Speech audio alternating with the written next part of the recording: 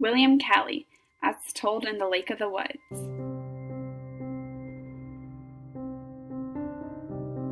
William Calley grew up in Miami, Florida. Friends would later recall him as extraordinarily ordinary. At the college Calley attended, the only thing people remembered was that he paid his rent regularly. Due to unsatisfactory grades, Calley dropped out of college, worked a variety of odd jobs, and then enlisted in the Army. Lieutenant, his soldiers did not like him. One GI described him as a glory-hungry person, the kind of person who would have sacrificed all for his own personal advancement. Others called him the nervous, excitable type who yelled a lot. Very few of the people who worked with him on a regular basis liked him. One GI said of Calley, there was something about him that rubbed people the wrong way. None of the men had any respect for him as a military leader. Throughout the My Lai court testimonies, members of Charlie Company recall Calley yelling at them to kill the whole village. In a harsh and assertive tone, Calley was the one who instructed the men to not only kill the village, but to deny what happened there in the future.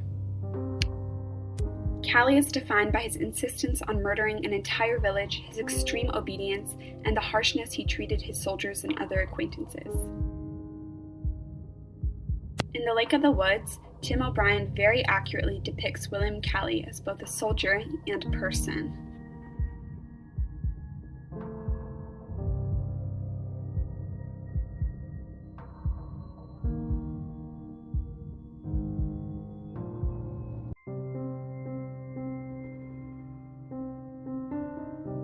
Tim O'Brien's inclusion of court testimonies provides evidence of Calley's malice actions during My Lai.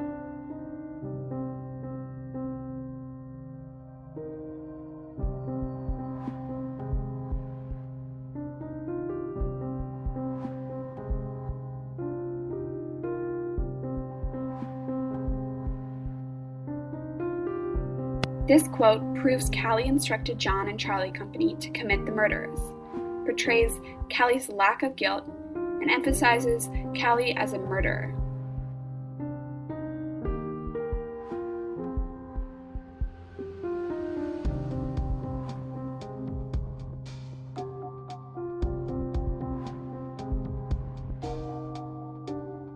This quote is accurate because Calley was typically very commanding and assertive. It develops the plot because it was Calley who tried to cover up My Lai, and it further characterizes Calley.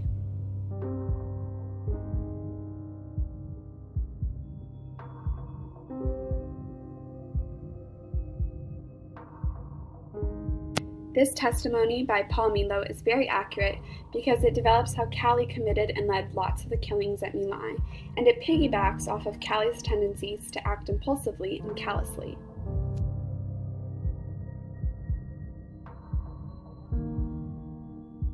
Calley is characterized as the bad guy of the story. Calley's instructions are what drives John and Charlie Company to commit crimes and murders. It was Calley who told the soldiers to murder the village, and therefore the reader associates Calley as antagonist, rather than associating John as a murderer because of his actions in Vietnam. This leads to the development of complexities within John's character and questions pertaining to the plot of The Lake in the Woods. Is it morally just that John killed the man with the hoe in PFC Weatherby because he was instructed to by Calley, who is more evil? Is John to blame for these murders? Is Calley more to blame?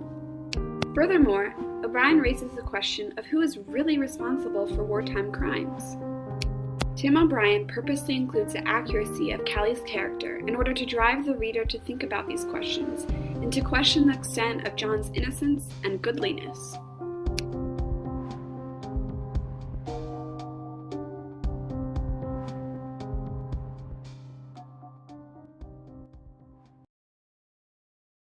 Created using Powtoon.